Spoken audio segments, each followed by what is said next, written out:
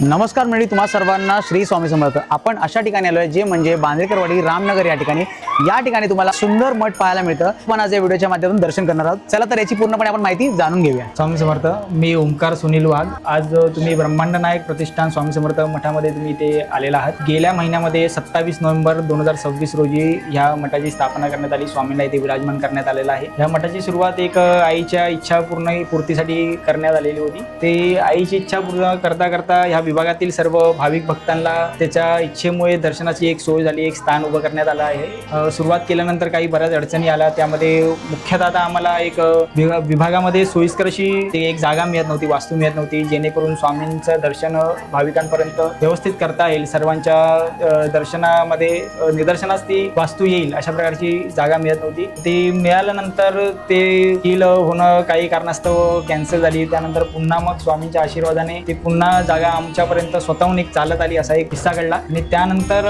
स्वामींच्या आशीर्वादाने ती जागा आम्ही जेव्हा विकत घेतली स्वामींच्या मठासाठी, त्यानंतर मग 6 महिन्यामध्ये एक स्वामी भक्तांकडनं मदत होऊन देणगी रूपाने आणि सर्व काही गोष्टी घडून येऊन हा मठ 27 नोव्हेंबर 2026 रोजी इथे स्थापन करण्यात आलेला आहे। ह्या मठाच्या स्थापनेसाठी अजून एक त्यामागचा हेतू होता की 2018 मध्ये श्री स्वामी समर्थ महाराजांची 40,000 पंचमुखी रुद्राक्षामध्ये जी पेंटिंगची सेवा आमच्याकडनं स्वामींनी करून घेतली होती, 2023 मध्ये वटवृक्ष मंदिरामध्ये लावण्यात आली। तर ते इन्स्टॉलेशनचं काम चालू असताना स्वामी ज्या वटवृक्षाखाली 21 वर्ष ज्यांचं वास्तव्य होतं त्या वटवृक्षाची फांदी आपल्याला मिळवण्यात आली आशीर्वाद रूपी। त्या फांदीच्या पादुका बनवून आपण ह्या मठामध्ये स्थापन केलेल्या आहेत आणि त्याची सेवा सर्व भक्तांना करता यावी ह्यासाठी ह्या मठाची स्थापना करण्यात आलेली आहे। म्हणजे हे दोन्ही योग जुळून आले, आमची आईची इच्छा आणि हे स्वामींची सेवा पादुकांची सर्वांना करता यावी, हे दोन योग जुळून येऊन या मठाची स्वामींनी स्थापना करून घेतलेली आहे। मठात महाराजांच्या दर्शनासाठी सकाळी 7 ते 12:30 पर्यंत सकाळचा टायमिंग आहे आणि संध्याकाळी दर्शनासाठी यायचं असेल तुम्हाला तर संध्याकाळी तुम्ही 4 ते 10 या वेळेमध्ये येऊन महाराजांचं दर्शन घेऊ शकता। तर दादा, तुम्ही मठाची माहिती इकडेची खूप चांगल्या रीतीने सांगितलं,